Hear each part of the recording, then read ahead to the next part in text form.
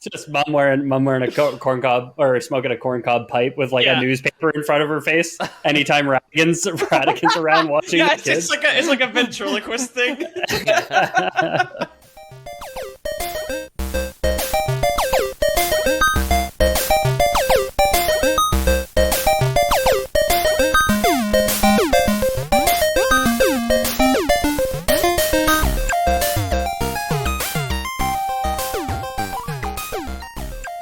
Hello, Tarnished Ones.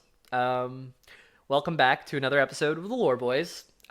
Today, we are going to cover one of the hardest bosses in what critics call the Dark Souls of Dark Souls games, Elden Ring. Yeah.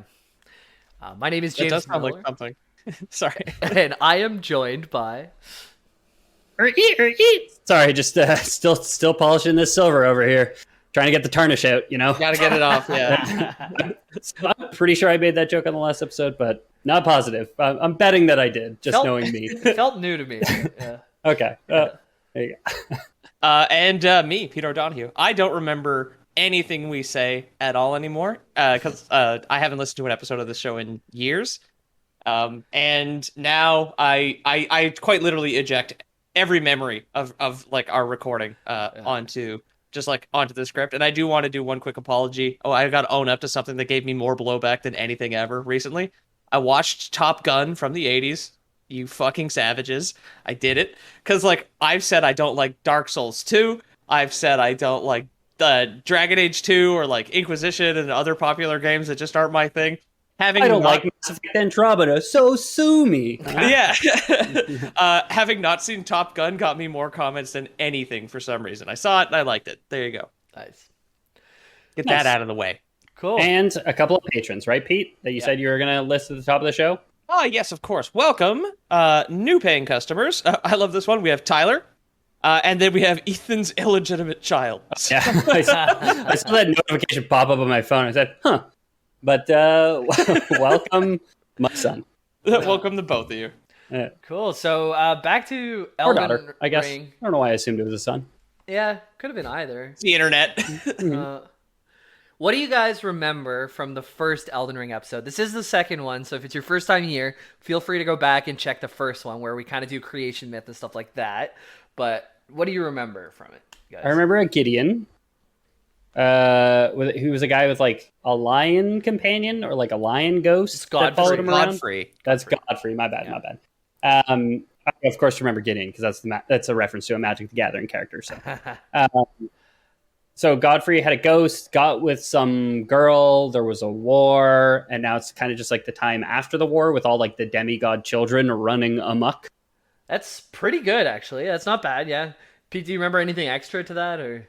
Yeah, I remember that the Elden Ring, I don't remember if it is like an abstract god or it was sent to this version of Earth as an emissary from the abstract god. And I do remember Empyrean because like that's a word that comes up a lot for us. And like Empyreans are these like the name for the demigods or whatever. And I know there's Marika, and she was like the chosen one of the Elden Ring itself. Yeah. And she like had a bunch of kids, but like split in half and became a man and got herself pregnant and got married to herself. Something was stolen. There was like the dark cultists who stole the death rune. Got the death rune, which allowed them to die or something like that. Yeah. Or it's speculated that it would allow them to die. And I'm sure I looked this up last time. Empyrean is the highest heaven or heavenly sphere in ancient and medieval cosmology. And in Elden Ring verse, it is born of one god with a couple exceptions, but born of one god, which gives you you become a more powerful god if you only have one Christmas instead of two in Elden Ring verse. Yeah. Okay. Yeah. Okay. Yeah. Two. It's like we still have one Christmas because Marika and Radon are the same person. So even though my parents got divorced, they were the same woman. So it's fucked up. Yeah. So I still don't get double presents. Yeah. So today, like, what we are going to get to is Malenia and Miquella, who are the two kids of Marika and Radragon, who were the same person. We'll get to that. But you guys were pretty close on the summary from last time. I'll run through it for what I have. So if you want to listen to the full version, check out our previous episode. But if you just want to keep going, strap in. Just remember, our first episode about Elden Ring was out before Vadi Vidya released his, so keep that in mind. Yeah, it was earlier on, but here we go. So at first, the world was chaos. All creatures were at war. This is the lands between. And then an outer god known as the Greater Will. Outer gods are gods that never make an appearance in the game, but they kind of meddle with this world. Called the Greater Will sends a golden star down to the lands between. And inside of the star is the Elden Ring. It's an artifact that eventually starts the Age of Grace. Grace is the stuff that leads you from bonfire to bonfire in this game.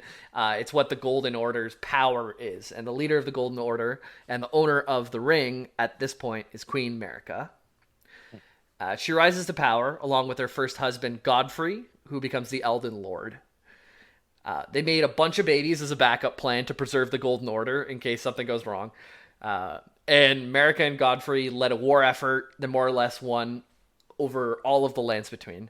And then Erd trees started to bloom all over because it's the Age of Grace. The folks in the Golden Order kind of conquered everywhere, more or less. Any questions so far?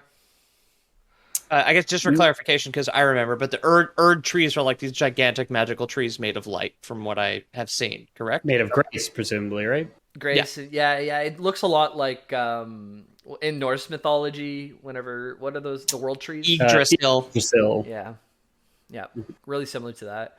So in comes Ranni now, and that's a daughter of Radagon, Marika's male form, and Rennala, the Moonlight Queen.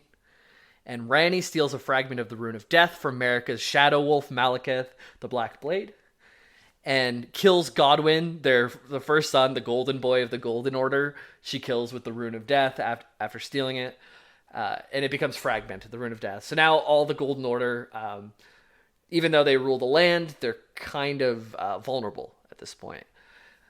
So the Golden Order could be killed. So Marika shatters the Elden Ring into 7 pieces, we think, called the Great Runes. They're held by... And then in the last episode, we went over everyone who held a piece of the Great Rune at the end. We didn't linger on them, but we talked about them. Godric the Grafted, the jumped up Country Bumpkin. Yeah, right. Yeah. Rennala, Queen of the Full Moon. Star Scourge Radahn. Morgott, the Omen King. Rykard, Lord of Blasphemy, Mohg, Lord of Blood, and finally the topic for today, Malenia, the Blade of Miquella. Right. Yeah. So all of the ones who have a Great Rune also happen to be bosses. Go figure. Go figure, huh? Yeah, exactly. So that brings us up to speed. It turns out that you can do a Lore Boys entire episode in about 5 minutes, but don't let anybody else know that. I like one of the things I found out between episodes, which I guess we won't cover now because you just kind of like blew past Ranni there, is the fact that Marika transformed herself into her own husband, got a different woman pregnant, and then ditched her. So it's like she transformed into a guy just to be a deadbeat dad. Yeah. Which is an interesting plot ditch Yeah. But deadbeat to herself. She was going through a divorce. I mean, you got to forgive her a bit, no? That's true. Okay. Yeah, That's why that's a woman under siege. That's why I said if you have one Christmas instead of 2, it's better because because everyone's divorced. No marriage lasts in this. There's I'm looking at the family tree and every single one of them breaks. Do you think she's using alimony payments to herself to like launder money? Where she's got a fake husband. Yeah. Are you saying Elden Ring is just one divorce lawyer's wet dream come manifest in video game form? I am. Yes, exactly. So the first marriage was Godfrey and Marika. So Godfrey's like the lion dude, and Marika is the person who was blessed with the Elden Ring first. They have all these kids: Godwyn, Godric, Godfroy, Morgott, and Mohg. We'll talk about Mohg today, but none of the others. And then Marika split up with Godfrey and segmented herself into 2 halves, Marika and Radagon. And Marika and Radagon had 2 kids named Malenia and Miquella, who are the subject for today. And then Radagon also married Rennala, the Queen of the Moon, and had Ranni, Renna, who are the same person, Radahn, and Rykard. Okay. Yeah. It's hard to follow, and I know that you fight like some bosses twice, where like Morgott and Margit are the same guy too. But it does seem like some of these bosses got like caught in a lie, and it's just like, hey, what's your name? It's like Margit, and then and then Shaggy, and then not Shaggy, sorry, but Fred comes up and he goes, "Now let's see who's really behind this." And he pulls the head off, and it's always Old Man Jenkins, the janitor. The end result's like about 13 or 14 demigods or 12, depending on who you ask and how it happens. But and all these demigods kind of well, anyway, let's just hop into it. Well, America and Radagon, they're both the same entity. The details on how America and Radagon split themselves, not clear, not mentioned in game. Maybe we'll get some clarity on it later. I'm gonna assume it's magic, but maybe it'll be explained in the DLC. Maybe. I'm honestly, and this is like a bit of shop talk that we were doing before, I'm like really okay with them leaving it vague. Like I do kind of like that in exploratory storytelling, which FromSoft is very, very much is, right? Where it's just like you can leave it blank and let the listeners, let the players, let whoever just kind of fill in those gaps however they want. I like love the idea of this like all powerful demigod who can just like shift forms and has sown I'm going to assume we're going to find out has sown some chaos by begetting different people with different husbands and wives, one of whom is themselves. Yeah, mostly we're gonna focus on the consequences of mating with yourself as a male and female form. Oh shit! Yeah. Great. Masturbation. Yeah, like that's why like obviously the boss Malenia has that mechanical arm is because she had one hairy palm that had to be cut off. Masturbating too much. It was cut off your hairy palm or go blind. Those are your choices, and she chose sight. So even when you see Radagon, she's always wearing that like she's wearing a blindfold basically, and it's because in that form has both her hands. Yes, exactly, precisely. And it's funny that you mentioned this because you mentioned that I don't like Mass Effect Andromeda at the top of the show. Mass Effect and Halo are two series that have like bent over backwards and like pulverized their spines. They're trying to bend over backwards so hard to explain everything, and it's insufferable. Like it's like, you want to know what Prothean is? Is here. You shake his hand. He's a crab with a Jamaican accent. Actually, it's just like okay, cool. Whereas like the Souls games very much are just like, how'd she marry herself by turning into a man? I don't know. I'll never know, but a hint is Jamaican crabs are involved. The steel drum flourish from under the sea. And the game's like, as time goes on, people are still discovering stuff too. So what I present now, you're obviously going to be listening in the future. Some of the stuff might change a little bit from time to time, but as of basically June 2022, this is how things stand. So America and Radagon, they have a kid, right? And Malenia and Miquella, since they're both from one god, technically, two halves of the same god, are considered Empyreans. And we talked about that off the top, right? So Empyreans in Elden Ring, born of a single god. Empyreans are... So are these the only Empyreans then? Just looking at this rough sketch family tree. So technically Ranni is also an Empyrean, but we don't know why yet because it was born from two gods. But sometimes from two gods you become an Empyrean. Malenia is also born from America and only from America, but I don't know much about Malenia. I think that's the girl who shows up at the like third bonfire you see, but don't quote me on that because I didn't research that today. But it is really hard to look at basically a family square, and the ones next to each other are Malenia and Malenia, and I can see how that your eyes might glaze over looking at all those the exact same words. It's like all these people are like a fake Twitter account impersonating someone else by like having a capital L in the middle of their name. These are our most eligible Empyreans, though. Malenia and Miquella. Like if you had to, I did a quick Google for Malenia. It does seem like she is the guide at the bonfire. She's the one that lets you level up. She's the one that lets you teleport. Oh, she's the maiden. That's what I think. Yeah, from her, I can play the role of maiden, turning rune fragments into strength to aid you in your search for the Elden Ring. You need only take me with you. Cool. So it does seem like the I guess the Deus Ex Machina of the game in a sense. Right. Literally the Empyrean Ex Machina. Yeah. And there's I might delve more into her another time. But for now, the two Empyreans that we know, Malenia and Miquella. Miquella. Yeah, Miquella. There we go. Hey, Macarena. So the Empyreans, they're also supposed to be the only ones who are truly capable of containing the Elden Ring. So from that, we can assume Godfrey and Marika are both Empyreans. Although we don't know Marika's parents, we don't know Godfrey's parents. See, I know on this chart it points to 2 people above Marika, but if you look at a different chart, it has a different point too. Like, really, it's a mystery. The fact that, for the listeners, the inside baseball here is we got the same family tree this time, and I have to assume there's probably a lot of different like speculative family trees out there for this game. So I'm not taking the lines with too much.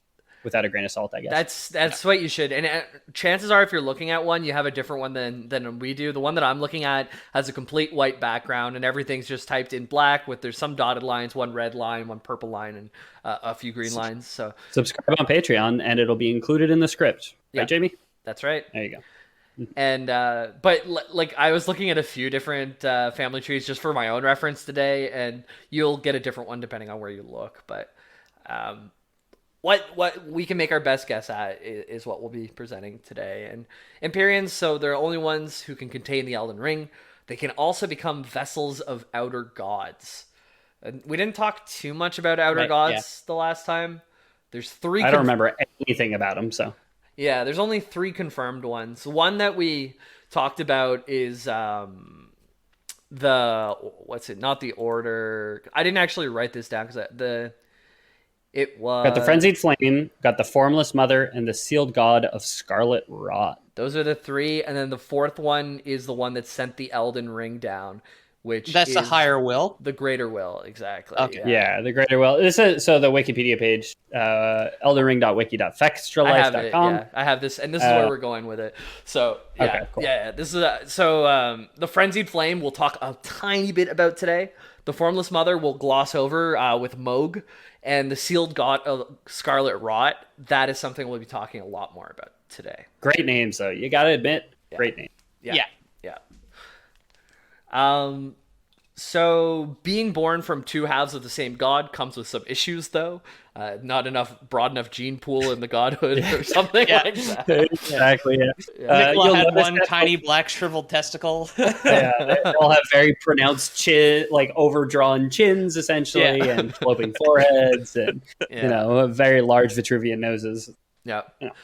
So they were born with each had a curse. Malenia was cursed to keep Scarlet Rot within her. So Scarlet Rot's a damage over time status effect in the game. It's also the aspect of the Sealed God of the Scarlet Rot that we never meet in game. But I mean, yeah. The fact that it's the Scarlet Rot is sealed within a god, makes me draw parallels to the Sealed God of Scarlet Rot, right? Yeah, right. Yeah. And they're demigods at this point, but yes, yeah. It seems to physically manifest as a lotus made of red hair, basically. I've seen the boss fight; it's very cool looking. Yeah, and that's within her. Yeah, whenever that's only very extreme circumstances that you'll ever see that lotus. But normally, the way that it manifests is she loses limbs and loses her eyesight and has to continually get prosthetics made for her. It's not as cool as you see she's got hairy palms with red hair coming out of the palms, and she lost her eyesight for it because you wouldn't cut them off. She just wouldn't stop masturbating.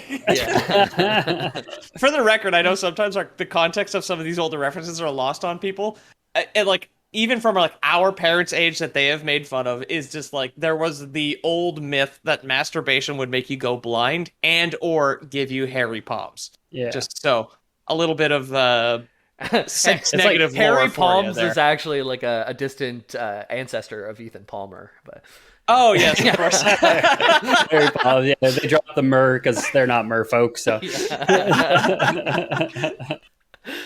I will say 2 things: sex negative lore would be a great lore topic someday. Okay, cool. And also, I mean, Scarlet Rot could be menstruation when, a young woman would start to potentially masturbate. So I thought, yeah, dude, nuns would be all over calling it that any day. Scarlet Rot. Yeah. You've got the Scarlet Rot in you. I thought we were coming off of the Tom Clancy episode. I thought you guys were going to go the commie route with the Scarlet Rot, but okay. Oh, no. Yeah. The listeners who've been here for a while will know how this show goes. It's only menstruation now, basically. So. Yeah. It's jerk off and period jokes from here on out, folks. Yeah. And maybe we got Tommy's on the ropes. We're gonna give him a little break here. Maybe keep the sex jokes down, because Miquella was also cursed, but to eternal childhood. So, yeah. Well, he's the anime boy. Commie. Yeah. I sent you guys a picture of them together in a statue that you can find the statue in game, and it has Miquella, a fully grown adult woman without an arm because Scarlet Rot ate it away, hugging her infant brother, but not really, or childhood brother, but he's not really a child. He's grown up, but in a child's body. Yeah. Cool. Right. Yeah. Just like many a waifu. So don't think about it.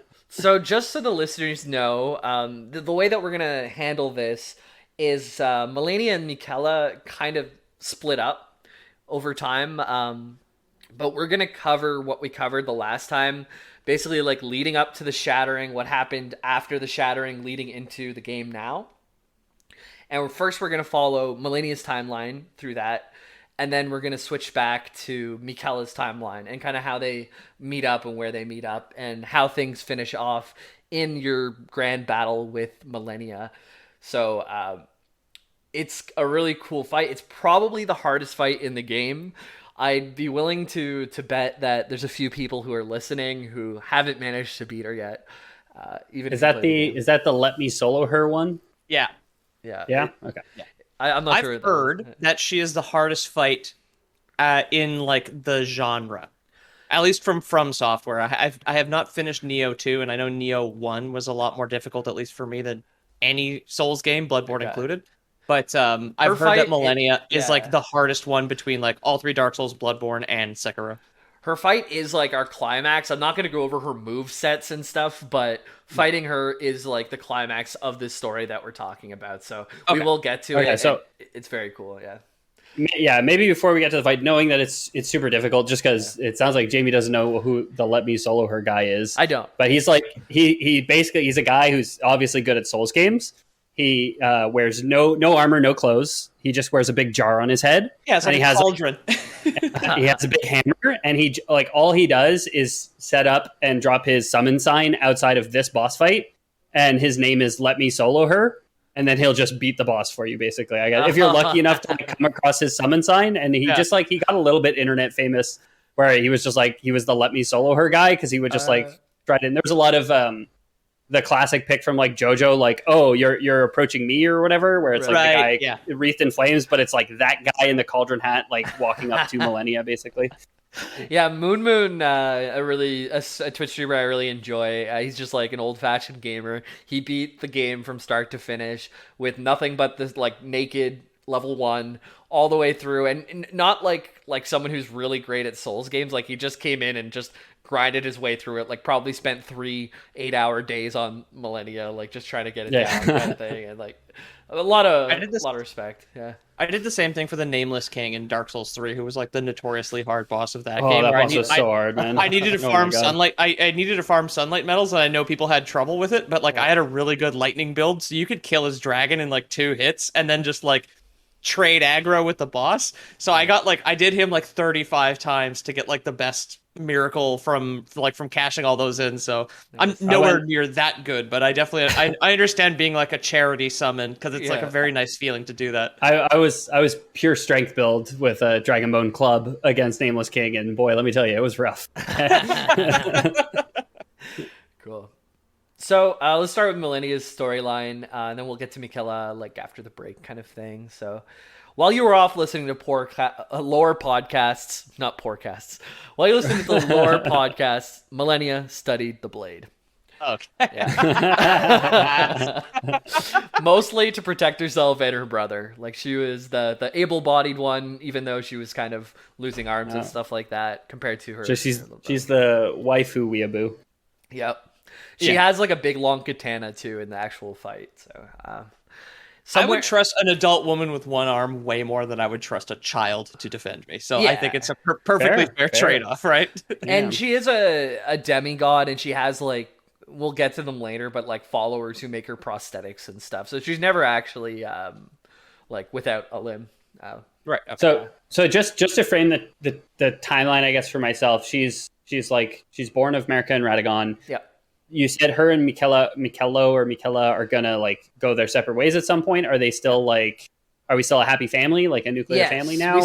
We start off together. This is pre-shattering. They're born, and we're gonna go through every step of the way. They do leave the Golden Order, but they stay together always until the shattering. Yeah. Okay. Yeah. Cool. Lore Boys canon. The children, when they were young, never suspected the fact that their parents were the same person, despite the fact that mom and dad were never in the same room at the same time. Just mom wearing a corn cob or smoking a corn cob pipe with like a newspaper in front of her face. Anytime Radigan's around watching, the kids. It's like a ventriloquist thing.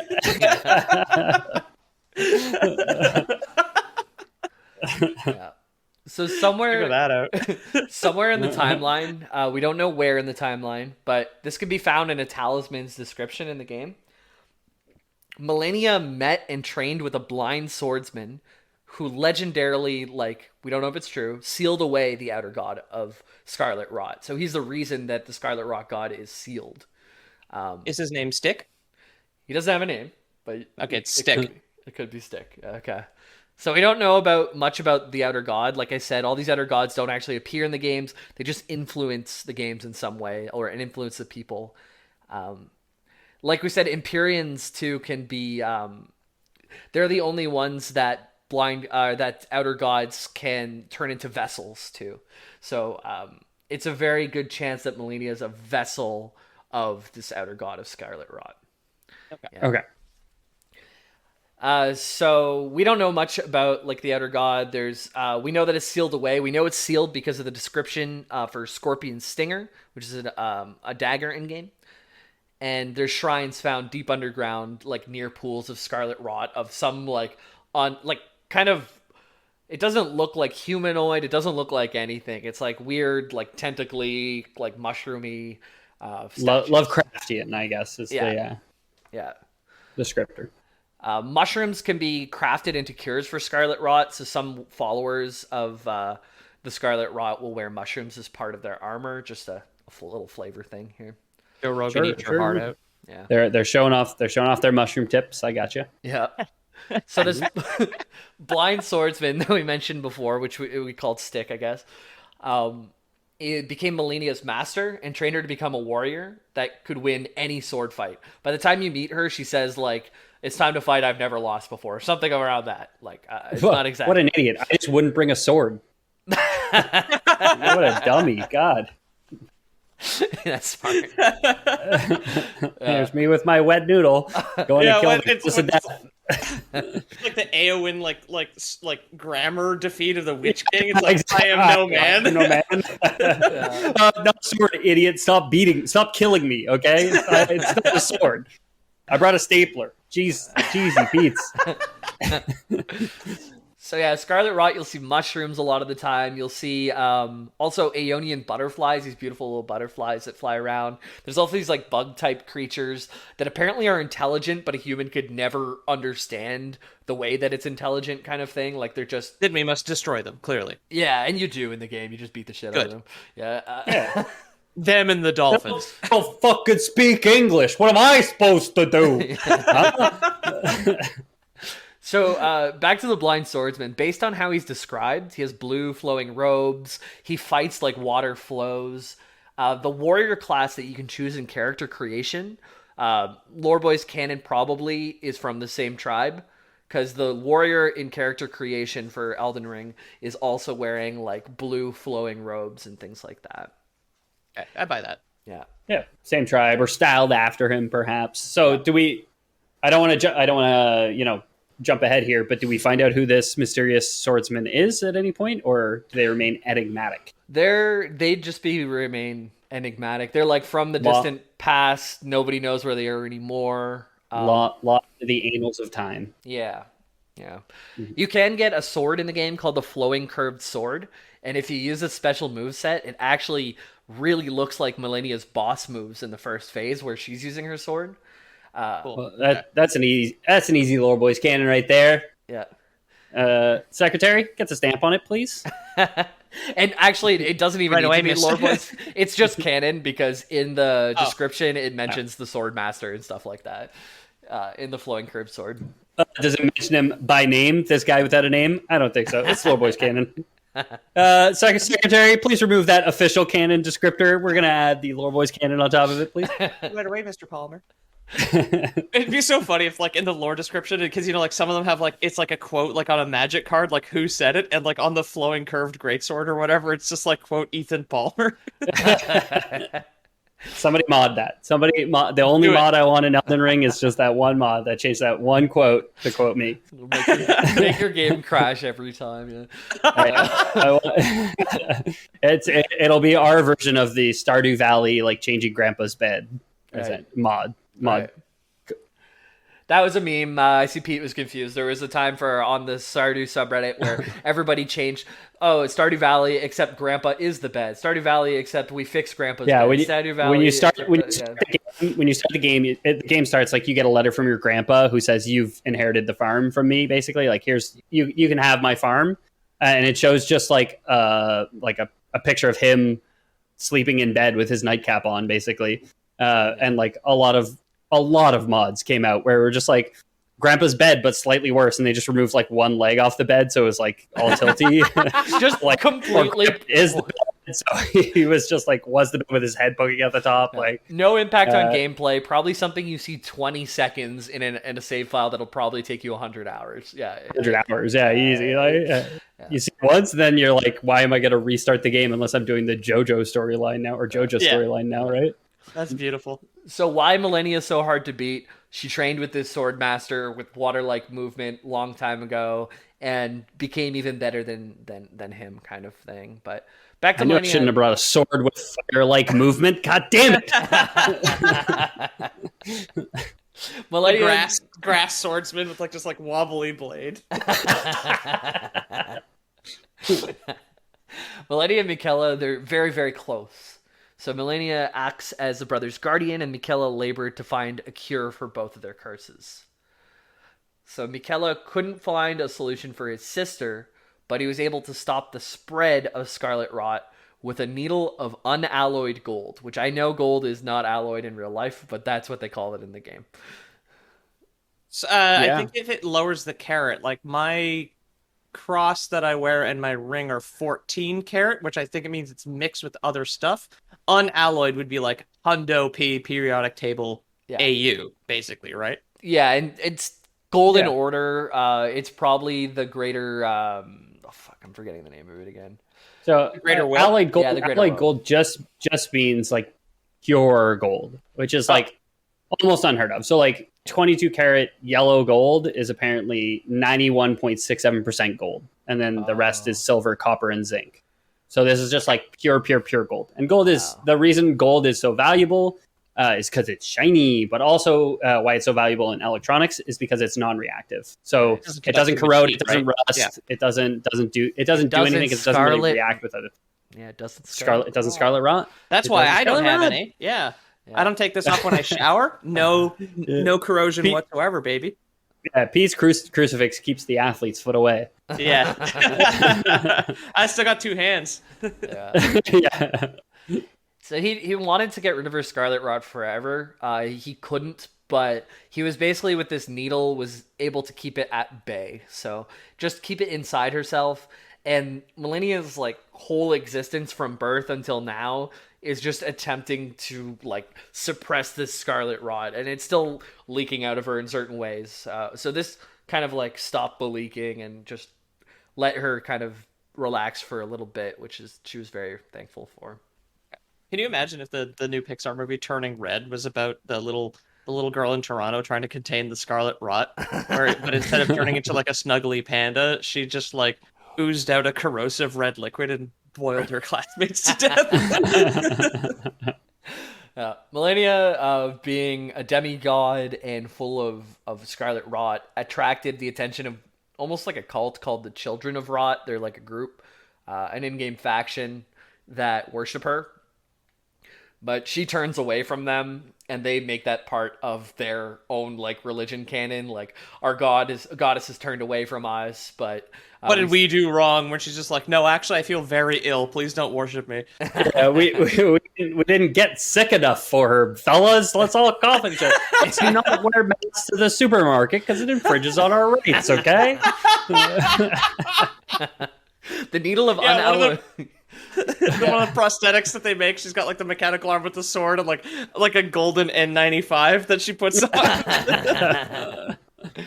Yeah, the needle of unallied gold is actually in the game, and you can do a side quest with Children of Rot. They're one of the factions. There's 6 endings. You can work with them, and one of what was his name? Let me just look at. It's demoralizing that this 900-hour game has 6 fucking endings. Yeah, Millicent.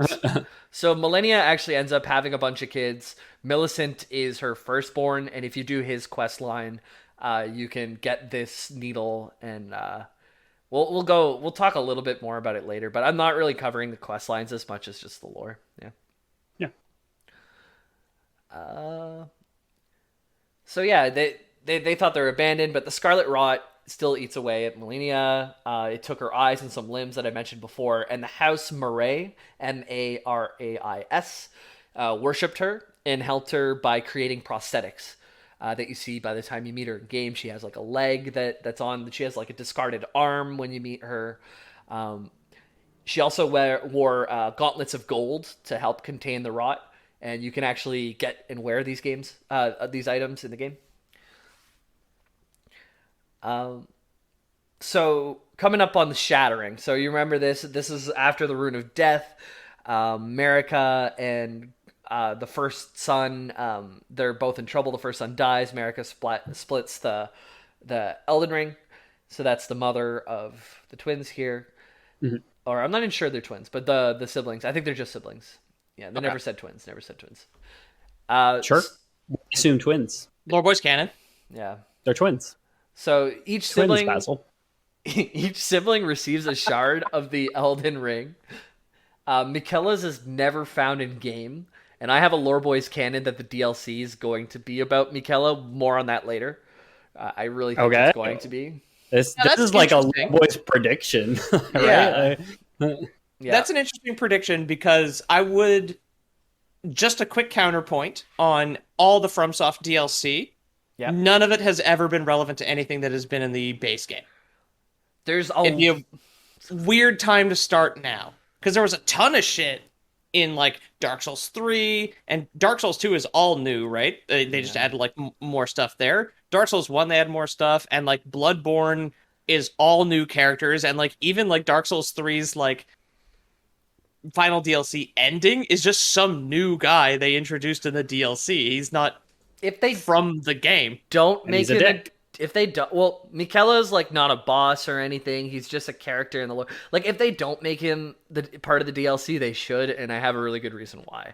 And I would be confident getting into like a conference room with FromSoft and being like, "This is why you should do it. This is why the fans would love it." James got his little easel with his poster board on it. Yeah, your collapsible like pointing wand.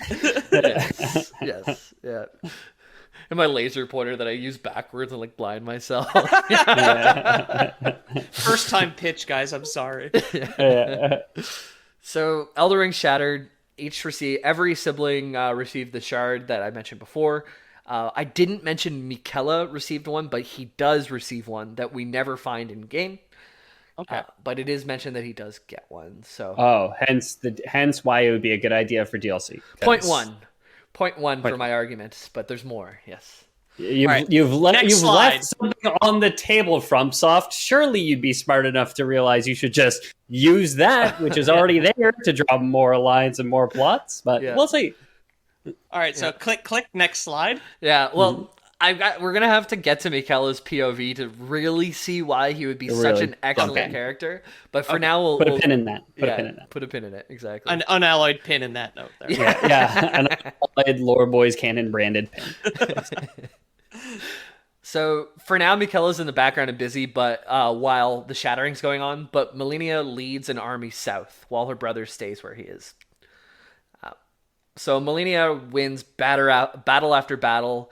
One of which she bested Godric the Grafted, our shard-bearing, jumped-up country bumpkin. Yeah, but he's a punk, right? Like he was like the weak boss. He's like the first boss or whatever. Yeah, remember like how he made he grafts a bunch of limbs to his body, and he like when you beat him, there's like a servant who's stomping on his head, and and in really. Yeah, I mentioned it the last time too. Yeah, I forgot about that. Yeah. Someone actually, I think it was Flowykin, maybe I'm wrong, but someone posted a screenshot of them finding that and then into our Discord. Okay. Yeah. So he begged, Godric the Grafted begged at Malenia's feet for mercy, and somehow received it and was able to keep his fragment of the Elden Ring. But... No, Dommy Mommy, I'm so sorry. Please, I'll stay in chastity if I could just keep a piece of the Elden Ring. Please don't step on me with your prosthetic bare golden foot that you wear. Godric the Grafted also escaped the castle wearing women's clothes with the women and children, I'm pretty sure. Like, he was... Oh, yeah, that's true. Something like that, Yeah. Okay. Yeah. That's the best way to like dodge a draft, honestly. Yeah. So on the journey, she gains a reputation because she's just winning all of her battles.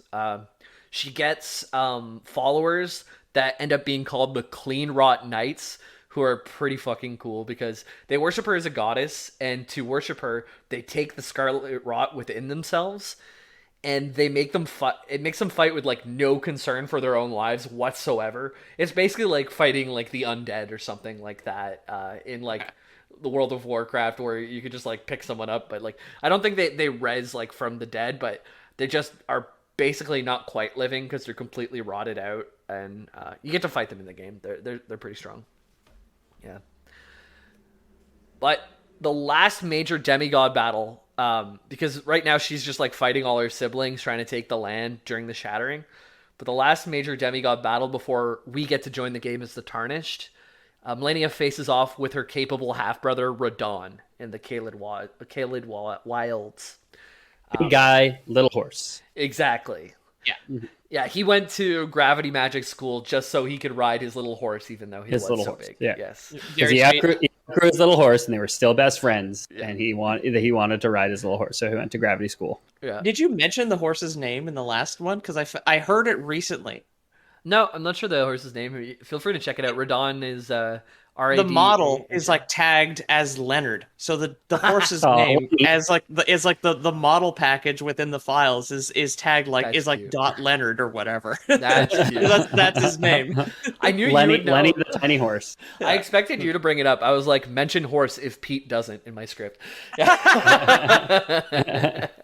I brought up the horse. You did. Give me a bit of credit here. Come Pete brought it up the on. last time, I guess, but you remember. Yeah. It was the only trivia, like the only good trivia I had at that time. 'Cause I still haven't played the game, but like the videos weren't out, and you didn't tell me about it. So, No. So Radahn is actually kind of winning this battle against his half sister. So Malenia is kind of losing the upper hand. Radahn's winning. They're like really the strongest siblings at this point. So as a last ditch effort, this is kind of what Pete mentioned that he saw. Malenia swapped off her sword arm for her prosthetic upper hand. No, Malenia released all that she held back since birth. Like, just everything came flowing out of her. She blossoms as like a sickly flower and devastates Caelid and her half-brother's army and her brother like a poison nuke. Like, if you go to Caelid in the game, it's a rotten red wasteland, and it became that way because of this war and her just exploding to win, basically. Fallout. Yeah.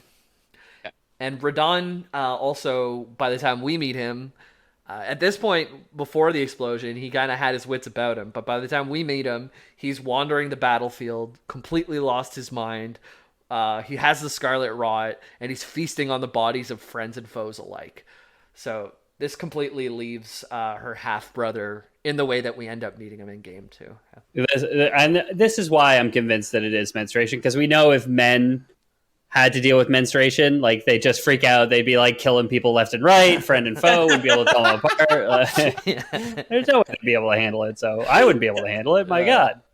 Yeah, it's like it's like, fuck me, man. Like I get like hungry and my stomach cramps up a bit and I get very irritable. Yeah, exactly. I'm all pissed off. Don't talk to me. Come on, just leave me alone. Yeah, absolutely, absolutely wouldn't be able to deal with Scarlet Rot coming out of my junk once a month.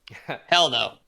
Yeah. So next time you're in the Caelid Wastes, like, just take, or just Caelid, just take a look around and realize that this is like complete fallout from a poison bomb. Yeah, just realize you're actually playing the fallout of Dark Souls games. Yeah, that's true. That headline's free, guys. Just take it. That's a good episode title right there. Malenia was left in a coma. She's never let the Scarlet Rot take hold of her, like, completely like this before. And luckily she had a clean rot knight named Finlay who brought her back to where she left Miquella, at the Halig Tree. So what's the Halig Tree? What's Miquella been up to? Let's find out more about this after the break. Welcome back. So yeah, hey, I hope that ad was good. So Jamie. Yeah, Jamie, I wasn't really listening to the first half. Do you think you could do it again, like start to finish? I could probably condense it and tell you the whole thing in like 2 minutes. But I'll encourage you just to go back and listen to it after the show. Okay. What was that ad about? Mommy turned into a nuke is the one sentence spiel, right? Yeah. Malenia, she... well, I don't have to re-go over it. You're making me think I do. Yeah, okay. The listeners just listen to this. Yeah. Getting Jamie to take you seriously all of a sudden. What the fuck? So time to talk about the brothers arc. So that's Miquella's story arc, how it intersects with Malenia and the Shattering. But like Malenia, we'll start from way at the beginning before the Shattering. So you remember Malenia had the Rot. Do you remember what Miquella's curse was? He's a little boy. He's a boy.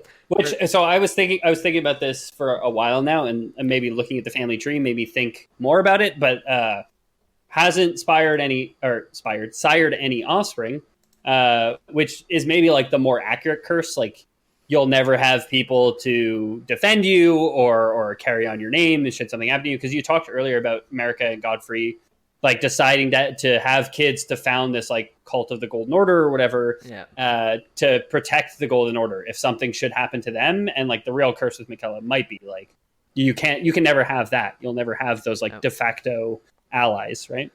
Yeah, and it's also has to do like that's true. Yeah, I never even thought about that. So that is a good point, because he doesn't. Malenia does have kids and he doesn't. Malenia's got 5. Yeah, she doesn't even give any to her brother. Yeah, gosh, selfish. And give a kid to your baby brother. Yeah. Radagon shows up like Malenia share from behind his newspaper. From his newspaper. Yeah. It would be funny if, like, in that like sitcom that we've thought up, like, one of the running gags is that every time it smash cuts to Radagon, the newspaper headline is always different, but is like hinting at something that's going on. Yeah. We should write a sitcom. We'll write the Elden Ring sitcom. Oh, crunch at us, George. It'll be the Dark Souls of sitcoms. Yeah. It will be. Well, yeah, because it's like Full House. It's like Full House, and like the Full House order, where like Mary Kate obviously has her prosthetic arm, and Ashley is cursed with being young forever. Yeah. House Full of the Golden Rot, or whatever was the original title for Full House. Yeah. It's kind of implied too that he can never reach his like full god. He can't ascend from demigod to full on god as an Empyrean unless he can grow up. Oh no, puberty. He can never get his driver's license. Yeah, that's right. He's got to walk around the friggin' lands between, man. Yeah. Can't even cruise. And his legs are half the length of yours. Exactly. It takes twice the steps. Gosh. Can he get a scooter? When is he 16? Can he get like a little like a gas powered scooter? Is the lands between Quebec? Is the land between Quebec is my question? Yes. It's 14 in Quebec, right? To get a scooter, it's 16 to get your driver's license. Yeah. The only vehicles in game are towed by like weird troll-looking guys or horses. I don't think we have horses vehicles. Are feet vehicles? Oh, I don't know. I feel like a chip is a vehicle to get salsa in my mouth. So I feel like that's like a utensil. Okay. Edible utensils. Yeah. Go green, dude. Like it. Okay, if you go to a fancy restaurant and you have like the elegantly folded like silk napkin around like 3 different like tortilla utensils, that'd be pretty good, right? Imagine, you eat some spaghetti and it's a garlic bread fork. Oh, baby. Oh, hell yeah! Oh my god! Patent pending. Okay. You need like 20 garlic bread forks, to be fair. Well, the Olive Garden, the breadsticks are all just like different utensils now. Because every bite you kind of lose the ability to get more spaghetti, right? Yeah. Or it's like a paper straw where it just like deteriorates way too fast, right? Yeah. That's how I eat my garlic bread. I just suck the garlic butter off the bread and throw the bread away. With a paper straw. So I'm thinking about the logistics of this. I think you'd have to get like a breadstick and it would alternate between like the fork lines and then full on breadstick, fork lines, full on breadstick. So you're like a million mini forks all like linked together. Tied like ass to mouth. So every time you take a bite, you're taking off one fork bit and one bit, right? So then the next bite also has a fork on it, and you kind of get to the nubs by the end, but that's when you have like a little dip and then you eat the edge of it. Yeah. Okay, yeah. All right, yeah. But in the end, you get that like the kid in class who like his parents refused to buy more pencils and just had a pencil that was like an inch long that he kept sharpening down. It's just like the aluminum eraser bit with no eraser left, and then just like the pale part of the pencil. And you have like for your bones or whatever, there's like a breadstick ashtray in the middle of the table that everyone kind of snuffs out the end of their breadsticks on. Why not just eat it? You've been using your I guess you can use your hands on things. What? Would you eat your like hard breadsticks with a fork? No, I won't eat that. It's touched my hands. Thank you. It's like you're holding like a breadstick. You like chew down to the nub, and like where do you discard it now? Hey, the reason why I don't trust my hands to touch my mouth is between me and God. Okay, fine. It's not to be aired on a podcast. I really want to try and bake like what I'm thinking of this breadstick of like alternating bits of forks because I think I could. You need to really bake it kind of like a pretzel, right? Like it need to be stiff. It would not no yeast. Yeah. You need like a linked hardtack. You need like a linked tin, like kind of like like the blacksmithing thing where they make a bunch of swords and they all kind of flow together. You'd need that for bread with like the little like a tapered bit in the middle where you could get the snap and then. A bread mold. The most ridiculous thing we've talked about recently. I'm cutting all of this. This is gold. This is unalloyed gold. Okay, this doesn't go to the listeners, okay? This is Lore Boys Cafeteria franchise that's opening up in a city near them sometime soon that we can't announce yet, okay? Yeah. Okay, so I'm back VoiceCon to be hosted in the playroom of this restaurant. Yeah. We're coming up on an hour, and we haven't even talked about Miquella, so I'm going to hop into Miquella here. Okay. Yeah. We're 10 minutes from an hour. We're okay. But so one thing I didn't mention before, Malenia saw her brother as the most fearsome of all the Empyreans that exist, whether some people are Empyreans or not. And she thought that he was going to be the next ruling god, which is why she became his protector. But even though Miquella has the appearance of a child, he has a silver tongue. So it's kind of unclear as if he actually is the most powerful, or he's just the best car salesman in the lands between. Yeah, he's the world's best snake oil salesman. Yeah. Slaps the roof of Malenia. She can win so many sword fights. You can fit so many one sword fights via water techniques in this bad boy. Since he was an Empyrean, he was selected by Two Fingers. So these are like the weird two hairy fingers that you meet in the game. He was going... Miquella was supposed to be Marika's successor if he were to stay with the Golden Order. I'm not going to talk about who Two Fingers is and where he plays into everything. That could be another one of Damn. my 5 episodes. But Please do another episode, because now I'm like, I just want to know who the fuck Two Fingers. I don't even want to play the game anymore. I just want to listen to you tell me about it. Yeah. So. yeah, Two Fingers kind of teaches, like, Two Fingers keeps choosing like the next one to be the successor is all I know. I don't want to look it up yet because I think we could really dive into a whole episode. But I know that at one point Two Fingers asks Miquella to be the successor to America. I know that he asks Ranni to be the successor of America, who is the daughter of the Moon Queen and the male form of America. Yeah, Renala and Radagon. Exactly, who stole the death thing. But Two Fingers liked her before the whole death fiasco. Liked her before she was goth. Yeah. And then Two Fingers also selects you, the Tarnished One, to be the next Elden Lord. Yeah. Me? In the game, Two Fingers gives you his faith, but in the game, not in the podcast. Okay. I get it. Sorry, man. You'd have to play it. Two Fingers, I don't even know the full Two Fingers story. We'll get into it another day. I'm liking Elden Ring more and more, so I think we there's a good chance we do talk about him. But, Nice. Miquella found out that the Golden Order couldn't save his sister from the Scarlet Rot, so he's like deuces and threw up Two Fingers and left. Okay, yeah. I didn't write that in. That Gotcha. just happened by accident. I'm sorry. And he'll prove it to the patrons when the script comes out on Thursday? Friday. So he left the Order. Him and his sister, they go up north, and they're like, we're going to go start a new life. We don't need the Golden Order. Our mom and dad, like, we've never even seen them have dinner together. Let's just get out of here. Yeah, Dad always finishes his breadsticks before I can finish my spaghetti, and exactly. They're like gonna go up north, and you've got like Malenia chopping lumber with her like big buff arm that's got like an axe on it, so she can chop wood.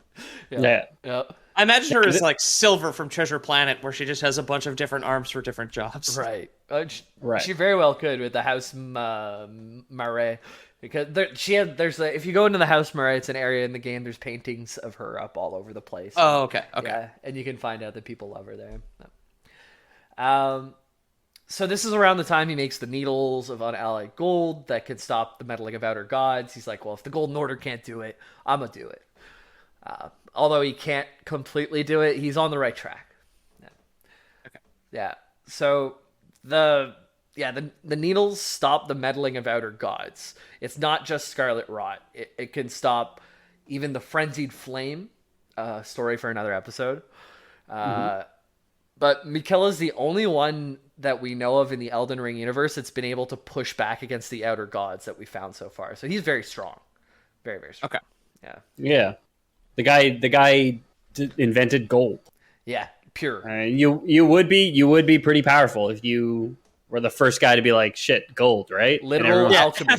Gold. Holy shit, you're right, dude. Yeah, literal He kind of alchemy. reminds me, since he was on the right track, he's like the guy who invented nitroglycerin who like blew himself up, and then his assistant was just like, well, maybe that's too dangerous, and he was on the right track, and we'll just make dynamite out of it. Yeah. Alfred Nobel, you mean? Is that who? He invented TNT. Did he kill himself? I don't think so. Maybe his mentor did, who invented nitroglycerin, but the guy who invented dynamite was Alfred Nobel. Okay. You're thinking of the Nobel Prize, the guy who invented penicillin and killed himself with penicillin, right? That was Louis Pasteur, I think, invented penicillin. Oh no, Alexander Fleming. Duh, Yeah. Come on. Famous Louis Canadian. Pasteur cleaned milk. Like, that's his thing. Yeah, that's big. That's big, dude. So do you guys remember the Hallig tree I mentioned right before the break? I didn't talk about it. Yeah. That Malenia was living in or something? Heading back to, because Miquella... Finley had brought her back there after she went all nuclear. Exactly. Classic woman with her scarlet rot going all Let's nuclear. get you home. I like the fact that Finley's name does not start with an M or a G. That's going to be the easiest way to remember his name, is the fact that it's a different letter. Yeah. If you missed it in the last episode, George R.R. Martin wrote this, or we don't know how much of the story, but parts of the story. So all of the characters have a J, R, or an M starting, which is why it's kind of sometimes confusing. But So at the time of the shattering, oh wait, no, I'm jumping ahead. The Halig tree, of course, the Halig tree. The Halig tree. Yeah. Okay, can we back up from the shattering for one split second to talk about the Halig tree, please? So Miquella found a sapling of an Erd tree on at the city of Elphael. Elphael, and this is a place that you can go to in game. And he started watering it, not with water, but with his own blood. And this eventually grew into a great tree called the Halig tree. So at the time of the shattering, Miquella embedded himself into the tree in like a cocoon form, while Miquella set off south to fight. So his thing is he needs to grow into an adult before he'd be able to fully cure his sister's curse. So to become an adult, he goes into a cocoon in a tree that he's grown with his own blood. Okay. Sis, great news, okay? Yeah. Cure for Scarlet Rot. It's a syringe of pure gold that I'm going to inject into you. Bad news. I'm cursed to be a child forever. I can't get my nursing license. So if we can solve this issue and I can grow up to be a real boy, then I can get my nursing license and then I'm allowed to legally inject you with a safe injection. So I'm going to get into a medically induced chrysalis and become a spider or something. Yeah. So as he's in this tree, it grows to be like super massive, huge tree. It's actually a full area for exploration in game. Like you can you walk along branches and fight things, and you can climb this tree. And at the base is a city. And Miquella earns followers over time, so there's like knights all around the tree. And it's a whole zone in the game, and it's huge and it's beautiful. And this seemed to be a plan that would work. He could grow into an adult over time. It's kind of implied from the game. I didn't fact check this myself, but I think there's a place where the sap's leaking and it cures Scarlet Rot from you, the player. So it's kind of implied that his blood or the sap would have cured his sister once he was fully grown, kind of thing. You do need a nursing license to inject somebody else with solid gold. You don't need a nursing license to inject yourself with solid gold. So does check out because he did it to himself. He did, yeah. Yeah. So it seemed to be a plan that would work, and that he could grow into an adult over time, and he would grow in this cocoon. But unfortunately, while Malenia was away, Mohg, Lord of Blood, cut into the tree and stole the cocoon while he was still a child. And Mohg could use a full episode to himself, but I'll talk about how this kind of intersects our stories here. Yeah. Well, I know we're not going to be talking about the formless mother, but Mohg could probably get an episode to themselves. Am I right? Yeah. Sorry, I still have the wiki page up. Yeah, I figured. I have heard some I was trying to drive you away from it. I was trying to drive you away from it earlier because I knew it had spoilers for later in the episode. I'm like, no, I have it. Yeah. I caught it maybe 30 seconds ago, so don't worry about that. I got bored with reading the wiki again. So so Mohg, Lord of Blood, he cuts to the tree, takes the cocoon. It's kind of super tragic because probably if Mohg never intervened, these siblings would have had a much happier ending, but they won't, so let's keep going on to that. Okay. Yeah. So we got Miquella, or Malenia, sorry. She's marching south. Yeah. She's marching south. She's going off to war. Yeah. Protect her baby brother while he pupates. Yeah. But this guy Mohg, who we're not going to talk too much about, but son or daughter of Godfrey and Marika. He's a stepbrother or something. Remember two of we talked about it last time. They had a bunch of kids, and all the ones that have the omens. Yeah, they had God in the name, and all the ones that had God in the name, Godfrey, Godwin, they're all cool. They get to stay in the overworld. But Mohg and Morgott, they get sent to the underworld. They're born with horns. We're not going to raise these ones. These are like the hunchbacks in the belfry, basically, right? Yeah. That's exactly. They need Esmeralda. They do, yeah. What Jordan Peterson was writing about was the Hunchback of Notre Dame. The government the Hunchback. Yeah, he was given the Hunchback of Notre Dame and Esmeralda to love. Oh, okay. The government intervened with an Esmeralda, basically, right? So Mohg, like you said, he had gained new powers from an outer god known as the Formless Mother. So she's also known as the Mother of Truth. She craves wounds. That's about all we know from her. Good. Yeah. Mohg. He sounds chill. Yeah. Yeah, she's not the cool mom that lets all the other kids come over and like drink in the basement when they're 15 or 16, right? That was Susan for me. Yeah. Well, maybe she is. She's like, yeah, have a drink, go jump on the trampoline. I want some wounds. Yeah. Hey kids, how's the party going? Just bringing a tray of knives in. Feel free to go crazy. Rice Krispie squares, knives, and then breadstick forks too. It's just like the most fucked up party. So Moog, he's not quite good enough for this formless mother. He can't be a vessel because he's not Empyrean. Right. So he's not. He's a dirty demigod who has two parents. The idiot. Yeah. He's got perfectly formed shoulders, no chips present. I'll say. Yes. Not a chip in sight on those shoulders. Yep. Yeah. So he stole the child god or god demigod at this point, who was about to kind of blossom into a god, but hadn't quite yet because he was robbed from his tree. It was Metapod was evolving, and you're sitting there. You're 9 years old. Metapod's evolving on your Game Boy Color, and Moog runs up and mashes B. Yeah, and steals your Game Boy and runs away. Exactly, and then goes back to that dungeon that you have to use flash because it's so dark in Rock Tunnel, something like that. Yeah. So he stole the child and he brings it home. And in the game, like you can take these crazy elevators, like literally the elevator. It's kind of annoying how long they are. It takes like 2 minutes of going down, and you go into like this underworld area. Yeah, well, maybe a minute, but cool. it's so long. It's cool the first time. Yeah, I'll say it is.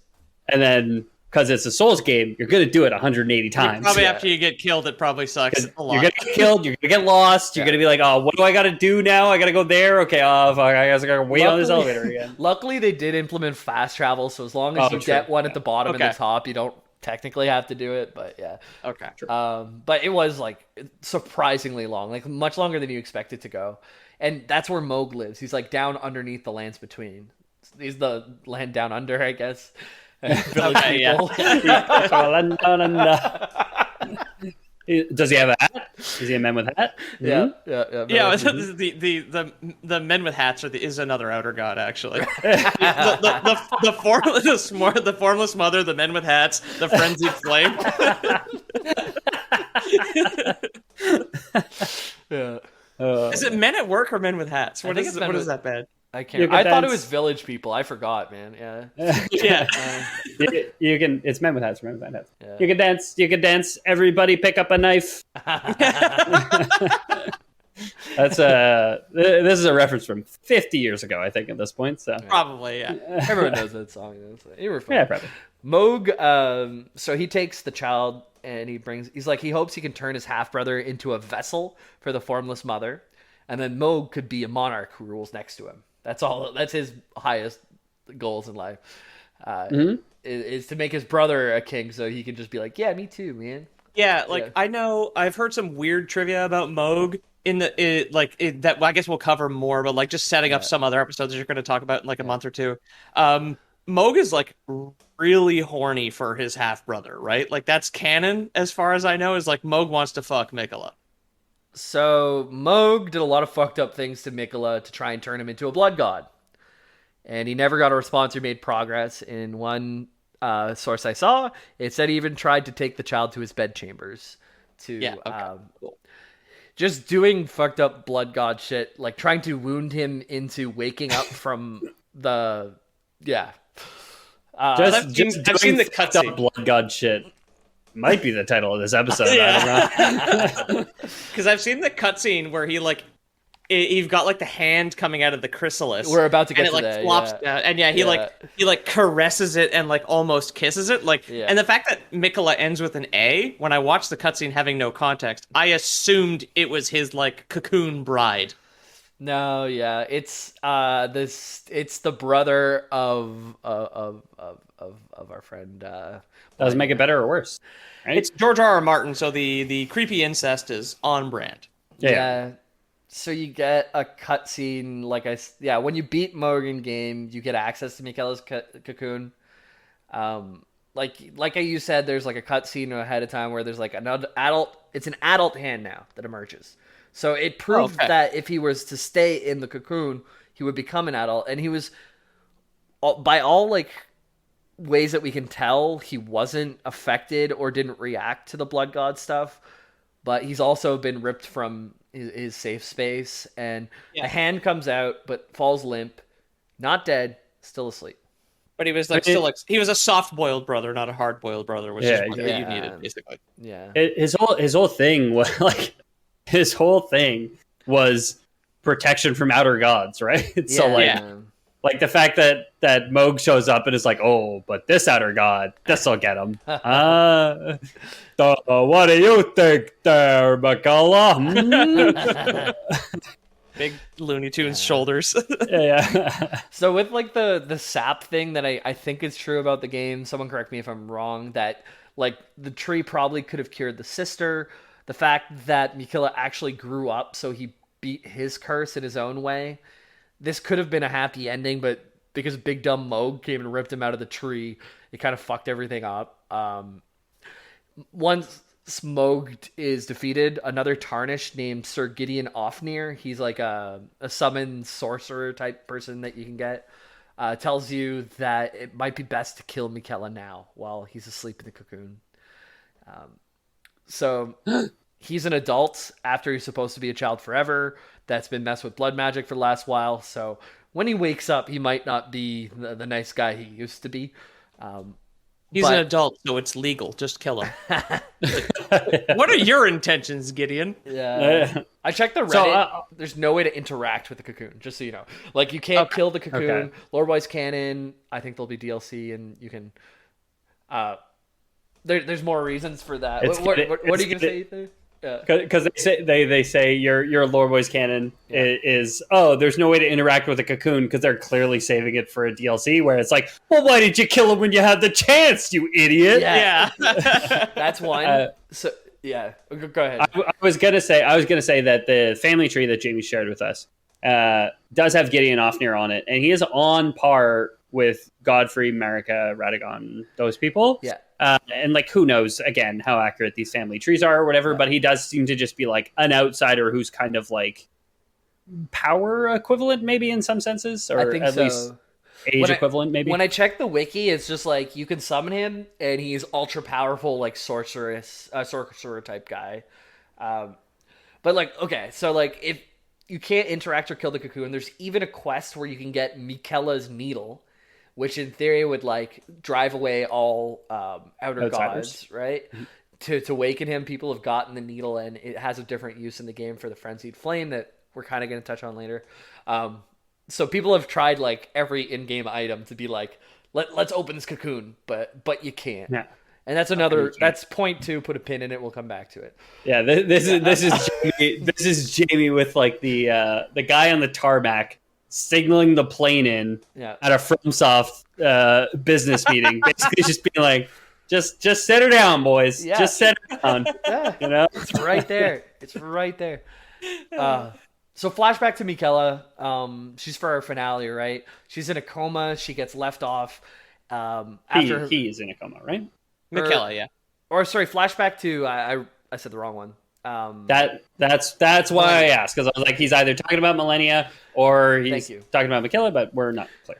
Thank you. So flashback to Malenia, just finished her battle with Radon, carried back to where she thinks her brother is, the Halig tree, and she's left there at the base of it. She doesn't wake up for a little while. But don't worry, Malenia. 'Tis I, Sir Finley. I've brought you home to your brother. Now I will go make some tea while you wake up. Surely you will not be enraged by what you see. I have saved you. Yeah. So the Halig tree is now misshapen and a husk of what it used to be because the blood that grew it is no longer around, right? And Malenia is at the root of the tree, and her rot starts to corrupt the tree and the surrounding soldiers that used to stand for Miquella. So by the time you get there in game, it's like this husk of a tree that used to be a good tree, but now is all scarlet rotty. You'd think that he would have the foresight to just be like, yo, guys, I'm going to be in a cocoon for a couple of weeks. I just need someone to come over and, like, water my plants with blood. Like, just... my blood, exactly. So if I awaken from my 1,000-year slumber as an adult man for the first time and my plants are dead, I'm going to be, like, livid. Now, Peter, I'm going to say Loreboy's canon. He gave somebody the golden syringe to do just that. And we don't know what happened to that person, but wherever you get the in-game item, that person clearly didn't make it to water the plants in time. Like, you got the group chat on WhatsApp. It's like, hey, guys, going to be in my cocoon. Please water the halig tree. Don't let my brother fuck me. And they screwed up both those things. Yeah. So by the time, like I said, you explore Elphael and the halig tree, rot all over. You can optionally face off with Miquella. It's not you can beat the game without ever seeing Miquella if you want. But it's probably the hardest fight in the game. So if you mean Malenia? Or Malenia. Why did I write Miquella? I actually wrote Miquella. Malenia, yeah. So let's talk a bit about... we never saw Miquella, but yeah, we're talking about Malenia. Malenia actually never knows where her brother ended up. When? Yeah. How would you? Yeah. And instead of telling her, you beat her to death. Yeah, unless some tourist would show up and just talk to her. I don't know. Yeah. All she knows is he's missing, yeah. So at first, this is the final battle. So at first she fights you with only her swordsmanship. This is really tough. She's like does like these big spinny moves and like closes gaps really easily, and it's really hard to even get past the first phase. But if you manage to do this, once again, there's somewhere in that off camera where she flowered a second time, and this is implied to be the third flowering, where she lets go of everything she's been holding back for most of her life. Okay. Where she went nuclear. Yeah, where she went nuclear.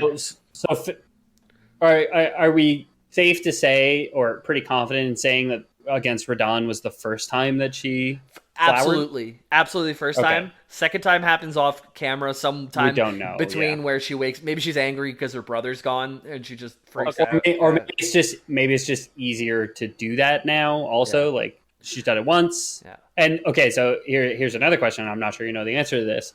Is it heavily implied that this is the third time specifically, or is it there's been at least two other times? This is exactly the third time, and I'll tell you exactly why. I'll tell you exactly why. Perfect. Yes. I love it when my questions lead into what you're about to say. Yeah. Before you can say it. If you manage to beat the first phase, she lets go of what she's been holding back most of her life. This is the first time she's been beaten in combat ever in her entire life, right? Like she had arguable against Radahn, because why would you go nuclear to the ground, to the fucking ground, beaten? Like I feel like I'm losing. Like no, like you're down. So she turns into the flower, but this time, it's not a bomb. The flower sprouts and she rises from it with wings made of Aeonian butterflies that can be found around Scarlet Rot, completing a metamorphosis like her brother was never allowed to finish for himself. And this time she embodies completely embodies the sealed outer god of Scarlet Rot and becomes a full-fledged goddess.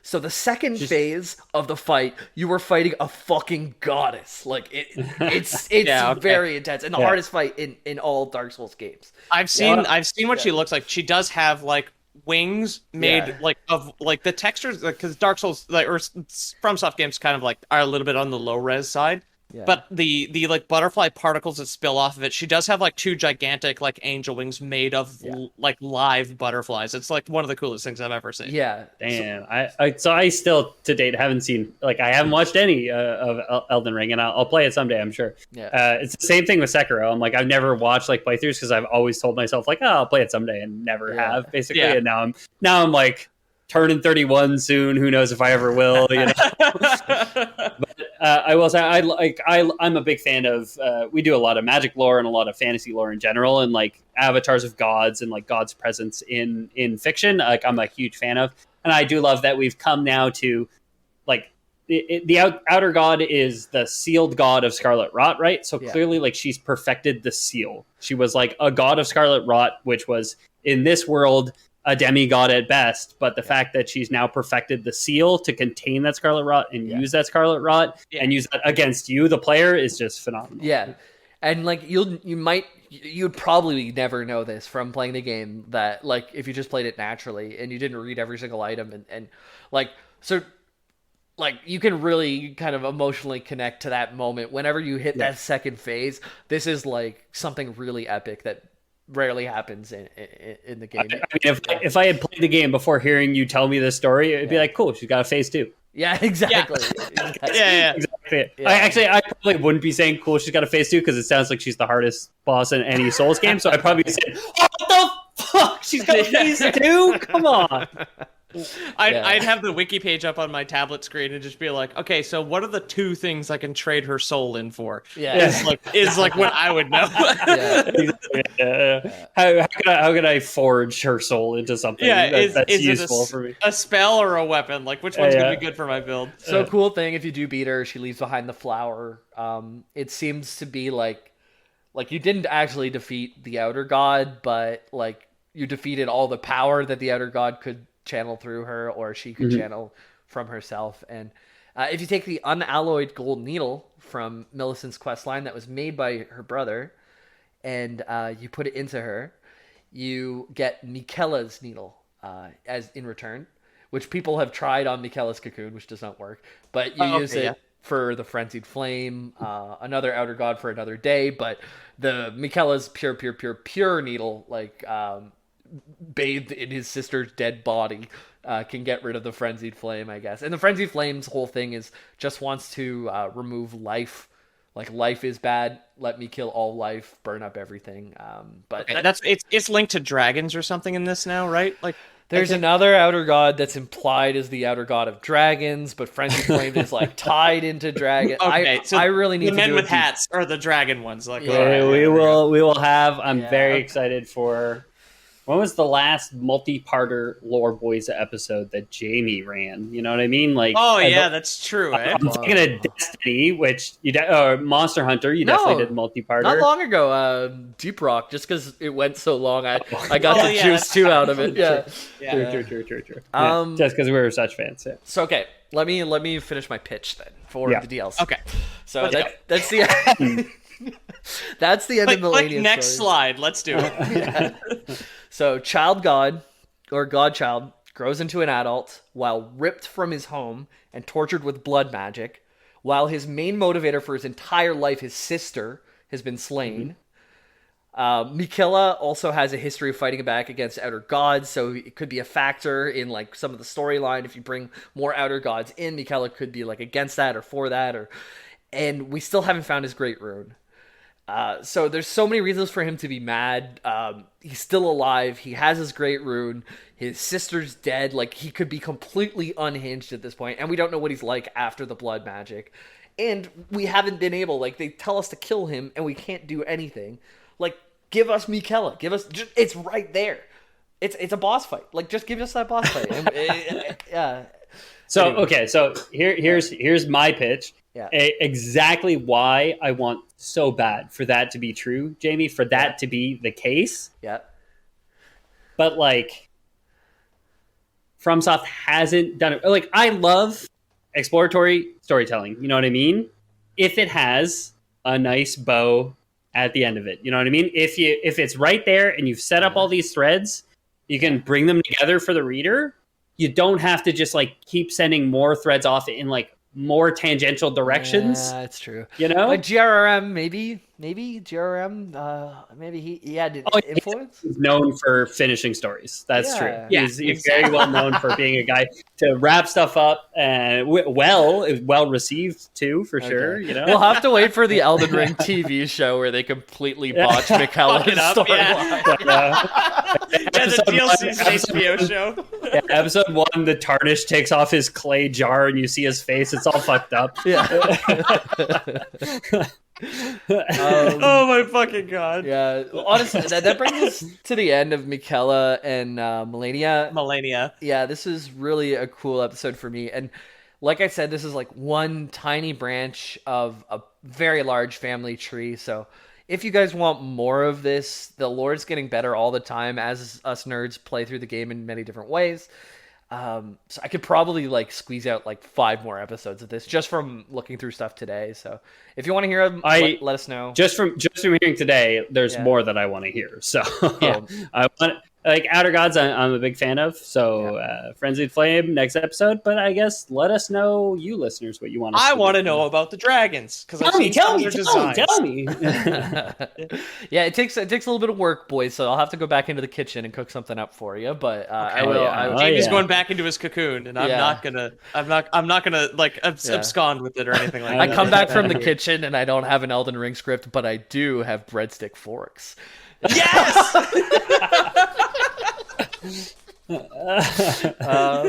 So you got like Moog's trident is like a pretzel fork. That's pretty much it for now. If you want to hear more from us, let us know. I guess Ethan, you can take it away for our usual. Yeah, thanks for listening, everybody. If you want to get in touch with us, then by all means, Discord is probably the best way to do so. There's a link in the description to get invited to our Discord server, where you can chat with us. You can chat with other people who like the lore that we talk about. There's some community gaming nights that happen. I know Jamie and Peter are particularly active, making sure that we're doing crazy things like playing video games online with the folks.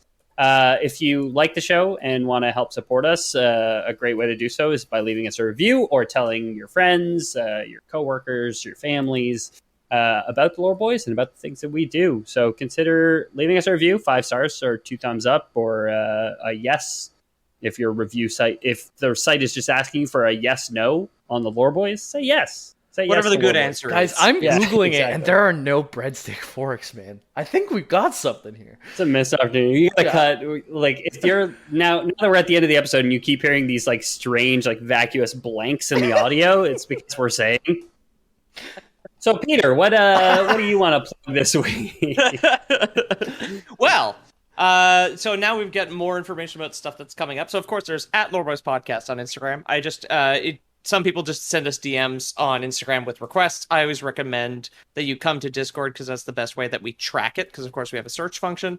But if you just want to DM me on Instagram, please do so. That's how you can see pictures and all the artwork and whatnot. When I am, of course, not working overtime and sick, and I can catch up on that shit. Otherwise, more importantly, Montreal Comic Con 2022 is 99% happening, God willing, that like nothing goes wrong. Just got the information in. The day that all 3 of us will be there is July 9th, is the day that we are trying to schedule in. If that changes after this episode, we will, of course, notify everybody live on air as things happen. But right now, if you want to show up in Montreal and have the means to do so, we'll be at the Montreal Comic Con on July 9th, 2022. And then afterwards, if you guys are around, we'll probably go out and have like a little mini local boys con and just like have some drinks and hang and, just do a little bit of like face-to-face time, basically. Yeah. Jamie, anything you want to plug? I know I stole your thunder with plugging the Discord there. I didn't even mean to do it, but no, that's totally fine by me. Get in the Discord. Like, I'll come tell me I'm wrong about stuff. Help me get more right for the next time. I want to say thanks to, I forgot to say at the beginning, Flowykin, Sketched Out Jesus, Sketchy Jesus. Sketchy Jesus, yeah. Sketchy Jesus. Big shout out. And those are the 2 that have been asking for Elden Ring the most. I know there's a bunch of you, but I'll give it to those folks this time. And that's it. And if you guys like the show, want to support us financially, we do have a Patreon, patreon.com/theloreboys. It's where you guys can get the script to this episode, including that family tree that we mentioned. You get a bit of bonus audio that we record either before or after each episode. You get the loser titles, all the titles that I was furiously penciling down while we were recording this. They go up usually before the episode goes live, and there's a fun little guessing game in the Prime Folks Discord channel. Where people try and guess what episode we're actually talking about based on the dumb jokes that we made during the actual recording of it. Some weeks are... I like it when you guys get it wrong. Yeah, me too. Some weeks it's too easy, and some weeks it's really fun. And then you get some people will get like so... Like from one word, they're able to backwards search or figure it out, and it's really amazing. Sometimes it's like we're like, oh, this is going to be really obvious. Everyone's going to get it. Nobody gets from the titles what we're talking about, and then sometimes Fragile Shark is just like oh yeah, you guys are talking about Pinocchio lore, and we're like, well, fuck me. Okay, dude, I guess. Like, Sometimes the title is just like the Elden Ring episode, and everybody's just like, what could they possibly be doing? And sometimes it's like, oh yeah, like disposable breadstick forks. It's like, oh yeah, well that's Elden Ring, obviously. Yeah, exactly. Fragile in the N64 era, I feel like he can pin down any story-based stuff because he just has played every one of those games. Yeah, exactly.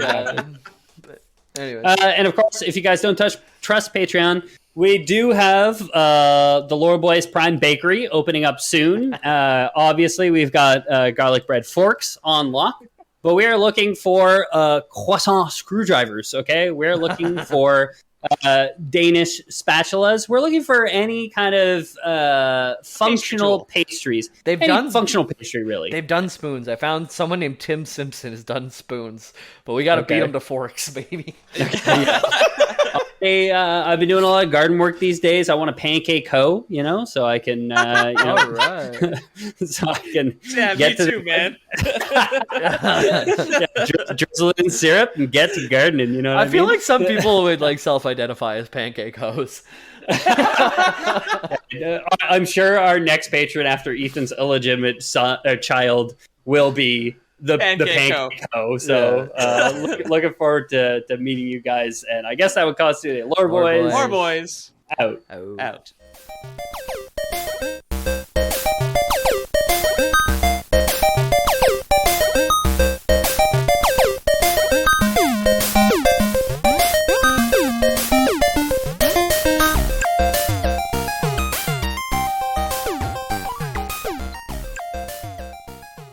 I'm like, okay, you're throwing it into like sand in hell. I don't know if that's what like the Archdruid creator of this magic item had in mind whenever he created it. So I was like, roll a D100. Of course, the first time ever in the campaign D100 was rolled, she rolls a 1. So